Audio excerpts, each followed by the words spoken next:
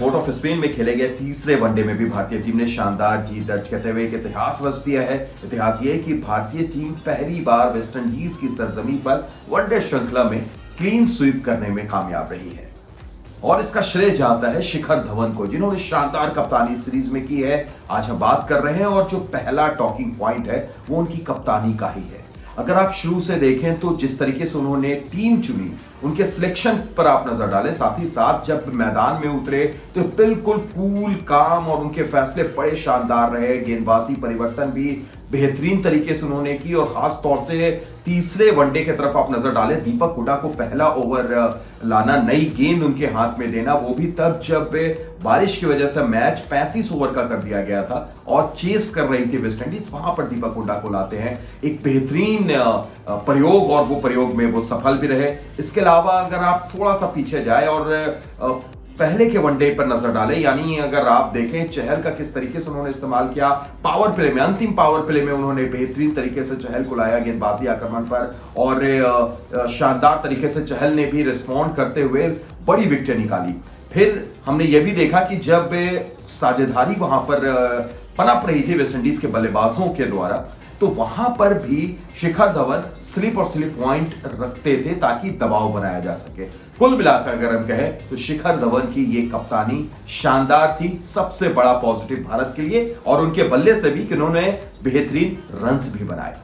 तो वहीं हम बात कर लेते हैं शुभमन गिल की भी, जिन्होंने शानदार तरीके से अपने आप को साबित किया। उन्हें मौका मिला था और इस मौके को जबरदस्त तौर पर भुनाया। इस सीरीज में सबसे ज्यादा रन बनाने वाले बल्लेबाज रहे शुभमन गिल और उन्होंने यह साबित किया कि भले ही सबसे छोटा फॉर्मेट यानी T20 में अब तक के वो अपने आप को साबित ना कर पाए हों, लेकिन ऐसा लगता है कि ये फॉर्मेट उनके लिए पूरे तरीके से सूट करता है। उनकी जैसे क्रिकेट की शैली है, थोड़ा सा समय लेते हैं और एक बार जब सेट हो जाते हैं तो फ्री फ्लो खेलते हैं। कुछ वैसा ही नजर आया पहले मैच में अर्धशतक, दूसरे मैच में भी एक अच्छा स्टार्ट, भले ही अर्धशतक उन्होंने नहीं बनाया और तीसरे वनडे में तो बारिश की वजह से शतक से वंचित रह गए। यानी ऐसा लगता है कि आने वाले समय में भी हम देखेंगे कि भारतीय टीम में जब सीनियर्स खिलाड़ी की वापसी होगी तो भी शुभमन गिल को जरूर मौका दिया जाएगा। और अब बात करते हैं श्रेयस अय्यर की, जिन पर काफी दबाव था इस पूरी सीरीज में, खासतौर से इसलिए क्योंकि हाल के दिनों में ऐसा देखा जा रहा था कि व्हाइट बॉल फॉर्म में से वो थोड़ा सा जूझ रहे हैं। खासतौर से शॉर्ट गेंदें उनके खिलाफ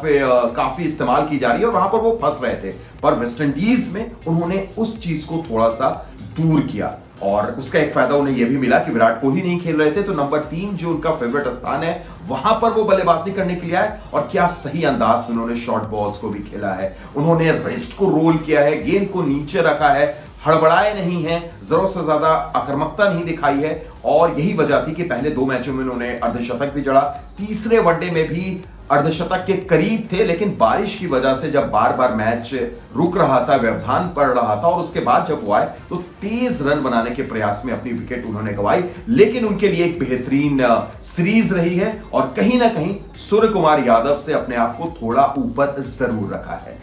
तो इस सीरीज के ऊपर में हमने बात की और यही देखा कि क्या खोया क्या पाया, जो हम लगातार लेकर आपके सामने आते हैं। इस बार ऐसा लगा कि भारतीय टीम ने खोया कम है, पाया ज्यादा है। फिलहाल T20 अंतरराष्ट्रीय पर भी हम आपसे करेंगे बात। आप देखते रहिए, हमें फॉलो करते रहिए और आपको भी लगता है इस सीरीज में कुछ ऐसी चीज जो शायद हम मिस कर गए हो, आपको बताना या उसकी समीक्षा करना, तो आप कमेंट कर सकते हैं, आप हमें बता सकते हैं, आप सोशल मीडिया पर भी हमें फॉलो कर सकते हैं। फिर होगी जल्द मुलाकात।